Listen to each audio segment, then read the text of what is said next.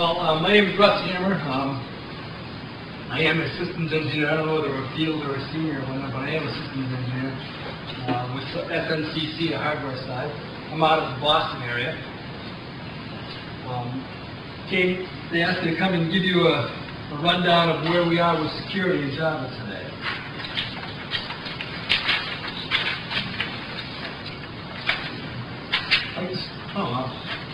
I want to give you a little brief idea of what I plan to do. I'm basically going to go over a little bit about what Java is, in case anybody wasn't here all day. I'm going to go over the current security features of Java. I'm going to talk a little bit about some bugs and bug fixes with Java security, some future Java security issues, and I'm going to basically open it up to some questions and answers, and that's usually the most active part of this talk here.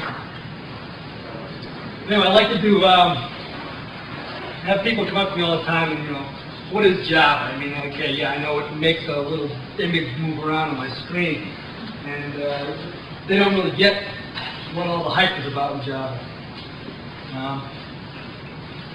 Java is many things. It is, of course, a programming language, you're all aware. It's also an API. It's a way for a developer to express his ideas, his innovation. It's a language in which he expresses innovation. The API allows you to have access to system resources. It's also a cross-platform computing environment. This is the panacea where you can, you've heard it probably too much already, write one to run anywhere.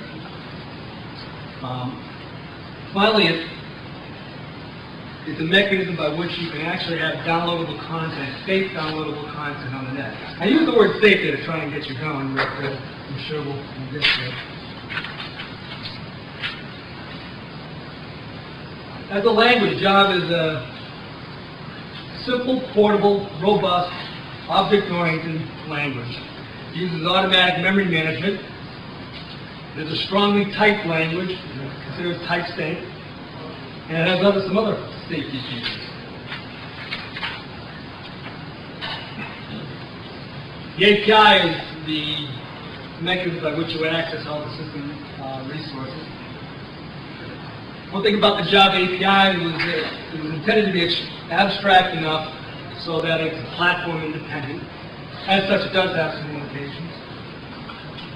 It's intended to be available on every major platform. By the end of 1997, I think you'd be hard-pressed to find a modern operating system that doesn't provide it, the Java built into the operating system itself. The unique thing about this API is that the source code is publicly available. You can get at it, you can look at it, you can comment on it, you can crack it, you can do whatever you like.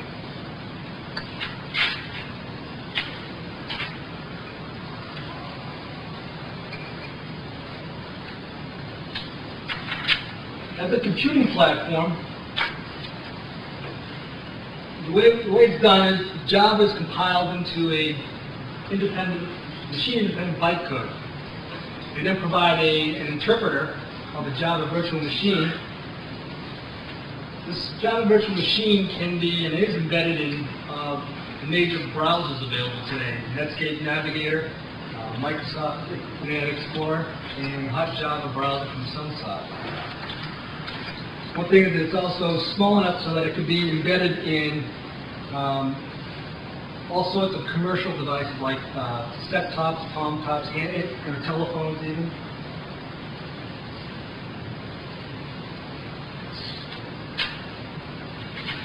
Now that we've got this wonderful bytecode language and interpreter, an interesting thing occurs that it makes it possible to download this machine-independent code off the net, just about anywhere, and run it on your local machine with the click of a button. The question is whether or not you want to do that is still up in the air.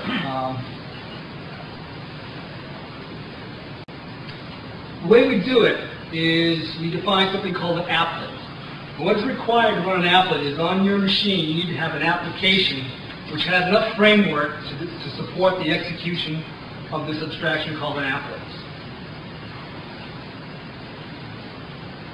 Currently, by definition, any applet that you get from off the net is considered untrusted. And what we do is in your execution environment, you build a sandbox where that applet can run with enough constraints so we can safely run it without, you don't have to worry about what that applet's going to do to our environment. And clearly, executable content has been available before. We've had ActiveX, Microsoft Word macros, Microsoft Excel macros. There's languages like SafeTCL. Perl scripts can certainly be sent around. But the main issue here is one of security. And this is where we think Java stands head and shoulders above the rest.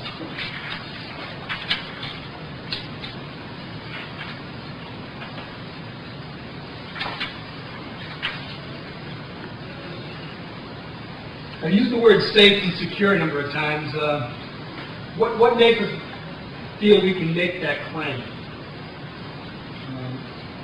Essentially, there are two aspects to the security features built into the Java, the language API, runtime environment, and downloadable content.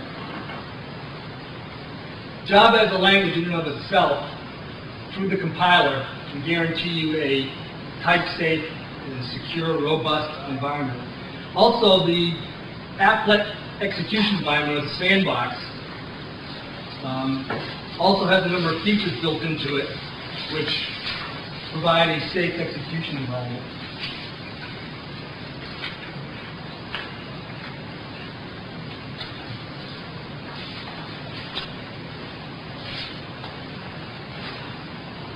Guy Steele was here this morning. I don't know how many of you were able to get in and see him. He did obviously a more thorough job of covering the actual language features. I'm just going to go over them briefly.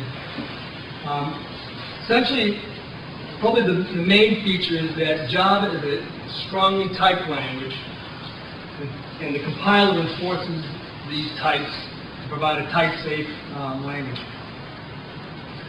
A couple of the features of the language, or other features are the automatic memory management system with a garbage collection. This garbage collection prevents a vast majority of the bugs that someone who develops in C or C++ would run into.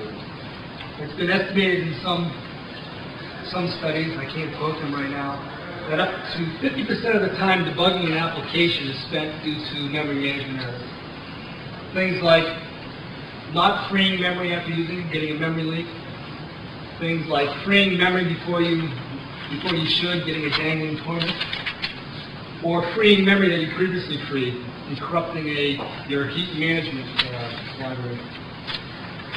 It's also, Java provides a set of access modifiers to help with scoping. Things like public and private, protected and static. As far as the Applet execution environment, the sandbox,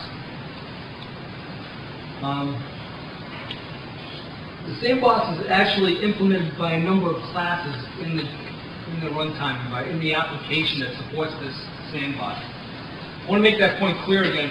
An applet has to run in some application. The difference here is an application has full access to the resources of the system, and it imposes upon an applet a set of authorizations or security policies that the applet is allowed to run in. There's basically two pieces: the applet class loader, bytecode verifier, which do most of the upfront work. These things are currently, the way you've probably seen them through the Netscape Navigator, Microsoft Internet Explorer, the browser is the application, and they provide a runtime or a sandbox for the applets to execute in. And they're the ones who define the current security policies. Java defines the mechanism to provide that, but the policy itself, the set of authorizations, is defined by the browser manufacturer. Ideally, we'd like all these authorization models or security policies to be the same across all the browsers.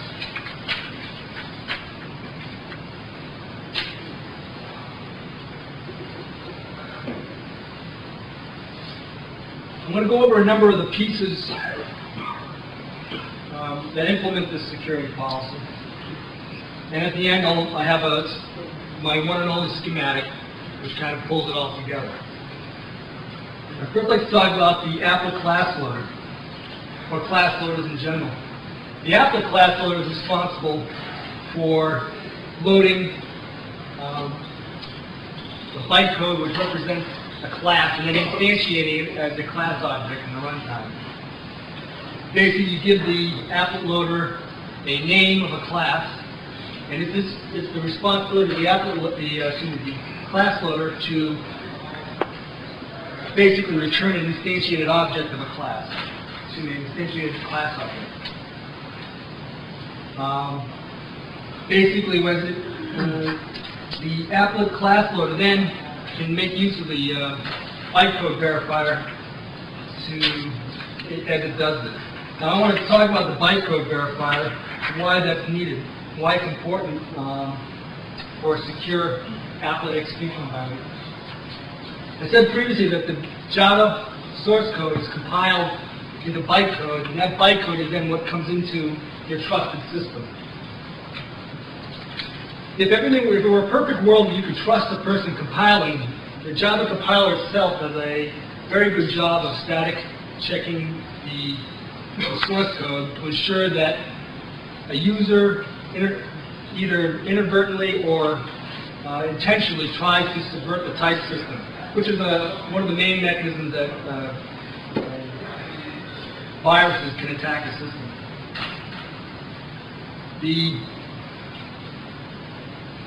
Because all you get is a set of bytecode, we need some kind of trusted mechanism on the local machine where we can do a similar type check, and that's the bytecode verifier. It does the static runtime, it does the static load time type checking, which to ensure to the JVM that the bytecode does not violate any of the type rules.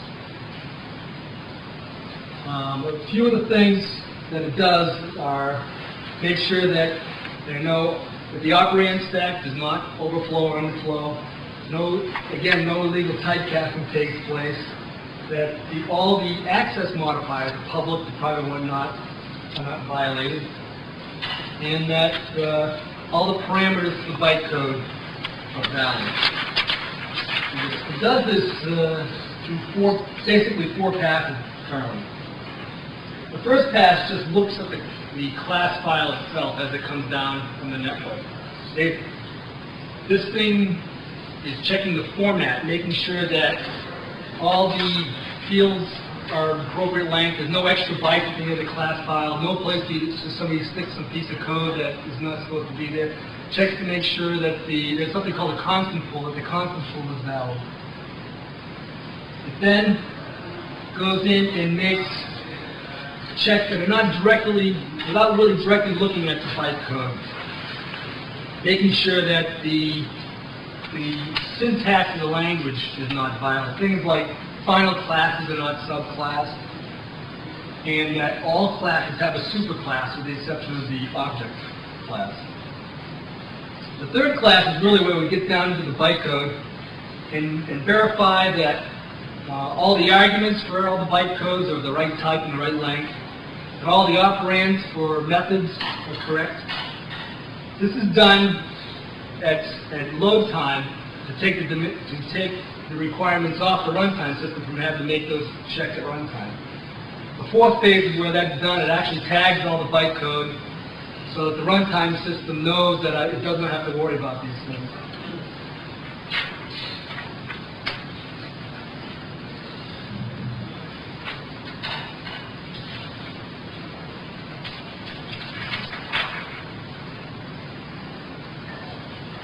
Probably heard the security manager referenced many times during today's talk.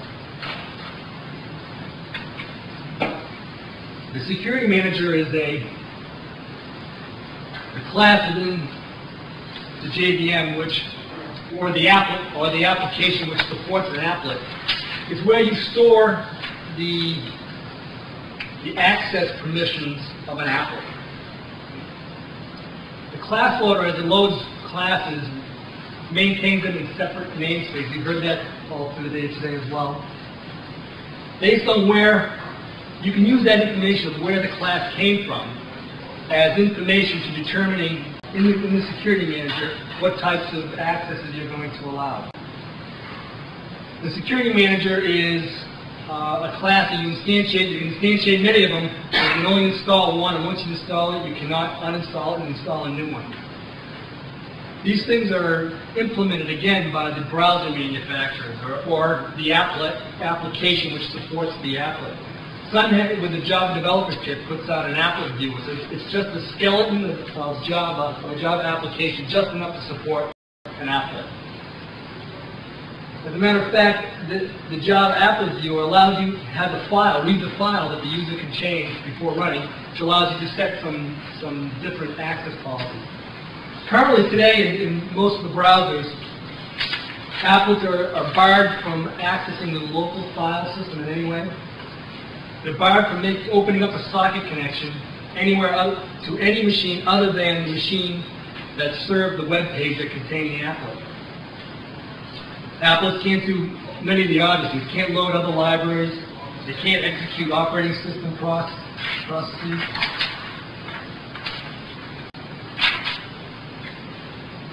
They can't get at most of the system properties. There are 10 properties today that are defined that a Java applet can get at. Things like, what's the local systems file separator? What is the version of Java, the Java virtual machine that it's running on? Examples of properties that you can't get at. You can't get at the user, the downloading page. You can't get at where the current working directory or the home directory is for that user. Also, very important is that since the class loader is responsible for maintaining the separation of applets in separate namespaces, you can't today override or create a class loader with an applet. Also, there's protections that one applet cannot get at another's threads. I put a URL here, which you're going to see it a couple times. java.sun.com/security. This is, if I haven't covered anything here, you'll get a full listing of just exactly what major browsers today have for security policies. It's on that website. This is my one and only schematic. Kind of pulled all those pieces together. On the left, I have a web page out on the network somewhere which has an applet embedded in the HTML. As my browser, as my application, my browser references that web page, it hits the class, it hits the applet tag, and invokes the applet class loader to instantiate that class. The applet class loader then, through the bytecode verifier, downloads the bytecode from that server. Performs all the static type checking necessary in a trusted fashion so that we know exactly what type checks were done, and then instantiates a class object representing that class in the sandbox in a separate namespace. The applet then executes on the JVM. In the JVM, Java Virtual Machine, every time the applet tries to do anything that might be considered dangerous, opening a file, getting a system property, it queries the security manager to see if that access is authorized. If it is authorized, it just quietly returns it as not authorized and throws a security violation exception.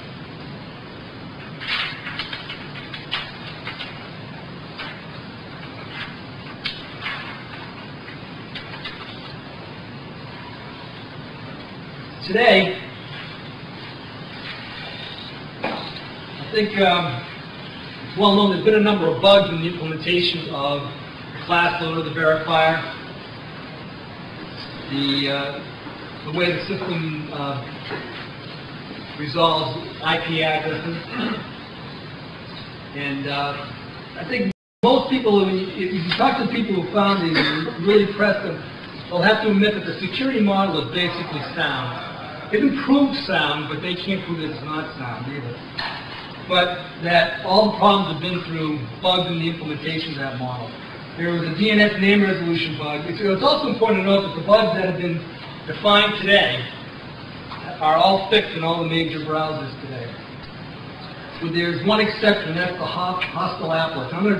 I define hostile applet as an applet that's not necessarily doing damage to your system, but can affect you through things like denial of service attacks, or just plain being an annoying applet.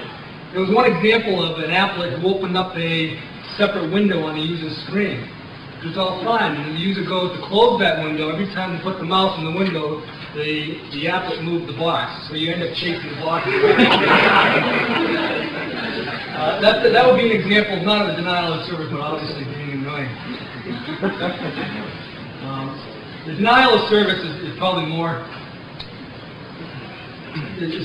serious in that it's possible. Basically, the only thing you're allowed to do with an applet today is use the system's memory and CPU. If your applet uses all of the memory and CPU available, you basically prevented the user of the system from continuing to use his system. These can be mildly annoying to the point where you just have to restart your browser, or they can potentially prevent any further input to your windowing system, such that you have to actually reboot the system if you could not get in and kill the browser some other way. So those are actually pretty serious problems. But again, it's important to note that what they've done is they've denied you service on a desktop, a browser. This is not a server. This is not your database engine. It's not running your financials. It's not providing student services. A couple of other types of bugs was it was possible to, if you could put a file on a user's machine, let's say that the user who's using a browser on that machine also happens to be an FTP site, and he provides a public area where people can download files to that site. Because you know the absolute address, the absolute path to that file, let's say /FTP/pub/hostile.class, I could then, in a web page, which I would hope the user of that machine would come and visit, I could put in a reference to a class called /FTP.pub.hostile.class, okay, or .hostile, that'd be my class. The applet class loader would then, one of the first things it does is it takes the system's, takes the dots in the class name and converts them to the system's file separator. Because the class started with a slash, it now has an absolute path to a class file. It then will load the /FTP/pub/hostile.class file, and now they broke it into your system, and you've allowed, since it's a local file, it's now a trusted class, and it has full access to the system. That was a bug in the way the applet class loader was implemented, and they basically defined a simple solution in that no class names can begin with the system file separator character. So these are the types of bugs that have been coming up. It's important that because the source code is publicly available, we're going to see lots of these crop up, and they're going to be fixed very quickly and put out as new releases of the browser. Oh, I also reference again that URL. And also, there's a book that deals almost exclusively with these types of bugs called Java Security Hostile Applets, Holes, and Antidotes.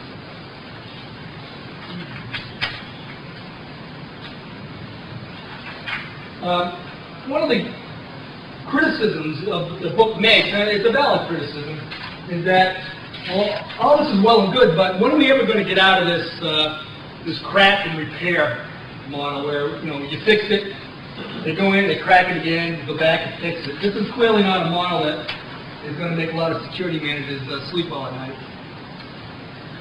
So what's been proposed, and which is ongoing today, is that we do a better job at modeling the Java virtual machine, the language, and the security policy.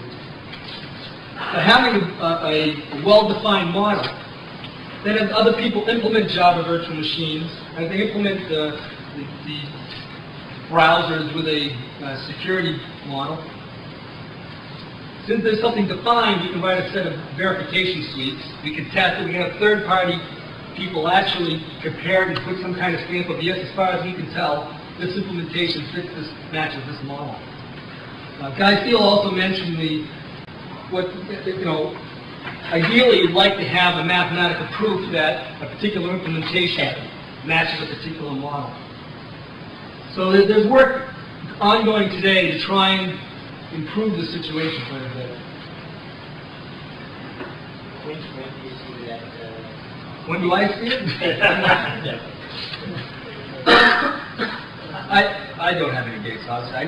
The only thing I can really tell you that they really are is that they've actually hired the team at Princeton. They paid them money to help them get to that point. They've also got a company, I failed to mention, a company called Blackwatch, which is doing a lot of the work on making a concrete definition of what the security policy should be. I got that. It's in my reference. It's www.blackwatch.com. At the end, I have a list of references and URLs, which I'll put up, which have a lot of good information on security issues surrounding Java.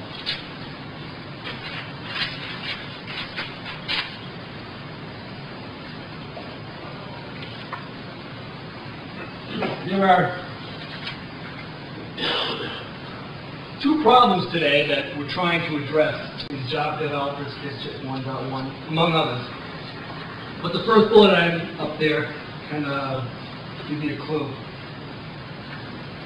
Downloading applets today require that a separate HTTP operation, the GET operation, has to be called for every single class file. For every single file, and any applet that is of substantial complexity is going to have many, many class files. Every class has to be downloaded with a separate HTTP GET operation. And with the high latency networks that we're dealing with in many places, this can take a very long time. The obvious solution is, well, it's stupid to download one class per HTTP GET. Let's download them all with a single one. So what they've come up with is a mechanism to build an archive of Java class files. And it's called, appropriately, Java Archive, or JAR files. Second thing is, just because we get a piece of code from, www.rutgers.edu, that doesn't mean that actually came from it. We need a mechanism to authenticate where that applet class file or the jar file came from.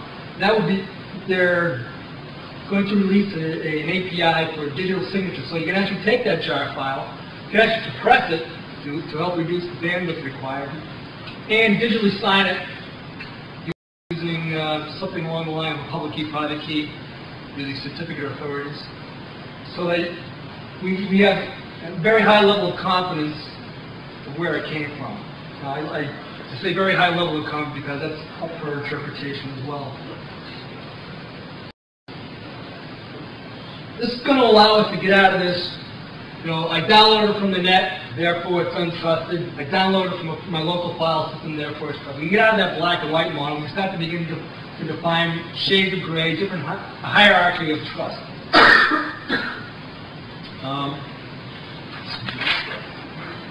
The Java Developers Kit 1.1. Currently, JDK is Java Developers Kit. Currently, we're shipping something called 1.0.1. JDK 1.1 is available today in a beta form. You can download it today.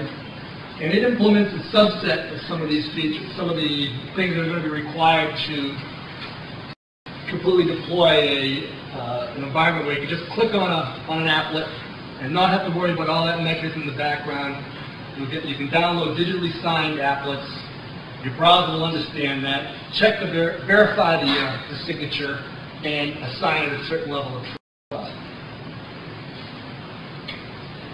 The pieces that are going to be in there are the APIs for digital signatures, message digest, or one-way hash algorithms, key management, and access control lists.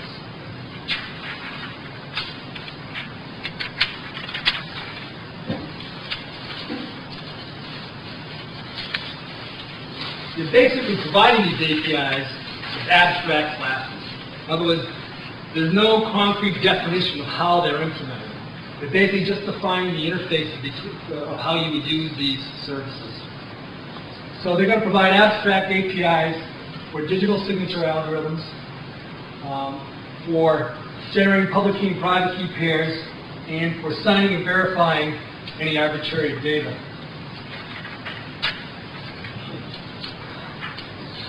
They're also going to provide an API for providing message digest.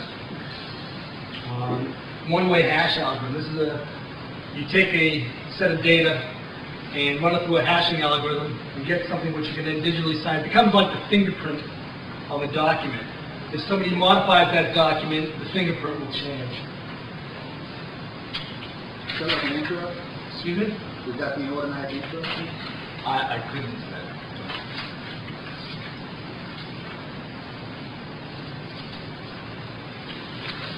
There's also going to be a set of APIs for managing the principal. The principal is a company, an organization, or an individual, or almost anything. You can define many other types of principals, which has a digital signature. Now that you've got the digital signature, you need to have their public key in order to be able to verify that digital signature. You need to know who they are, and you also have to know what they're going to be allowed to do. This all has to happen under the cover, so you need to wait for any user or organization to define just what principles they're going to trust and store them such that a browser could use them. And there's going to be an API for that. It's going to allow applications to actually implement their own mechanisms, and also should allow applications to interoperate with each other. The last piece is the access control lists. If anyone's familiar with, I'm sure most people here are familiar with Unix, and some implementations have what they call access control lists. It extends the standard Unix authorization model of just rewrite and execute for world group and other on system resources. You can do fine-grained permissions for different types of, you can say that, well, I won't get into detail, but essentially what we're going to provide here is a mechanism to define clearly some type of security model. Remember I mentioned that the security manager is an implementation of implement the security policies. These policies today are just yes and no, okay, based on whether the applets were loaded from the network or the local file system. This is an API so that we can build a security manager with a lot of granularity. We can define trusted users and what they're able to access. This is clearly the area where security is going to change the most in the future.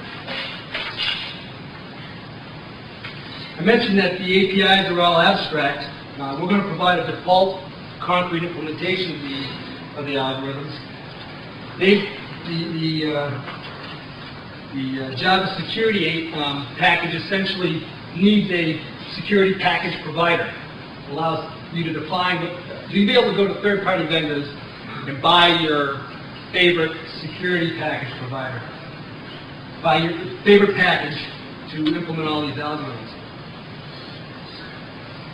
Sun provides concrete implementations for the digital signatures and simple key management.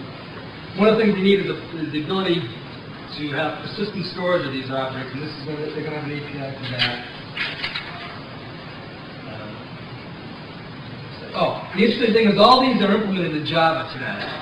Clearly, when you're talking encryption, speed is often an issue, and the reason it's set up this way of having an abstract API with a set of security package providers, it allows you to go out and find your favorite implementation, whether it's for speed, easy use, cheap, whether it's freely available or not, and plug them into this model. That's basically the end of my talk. I'm going into the question and answer, and while I do that, I'm going to put up these references.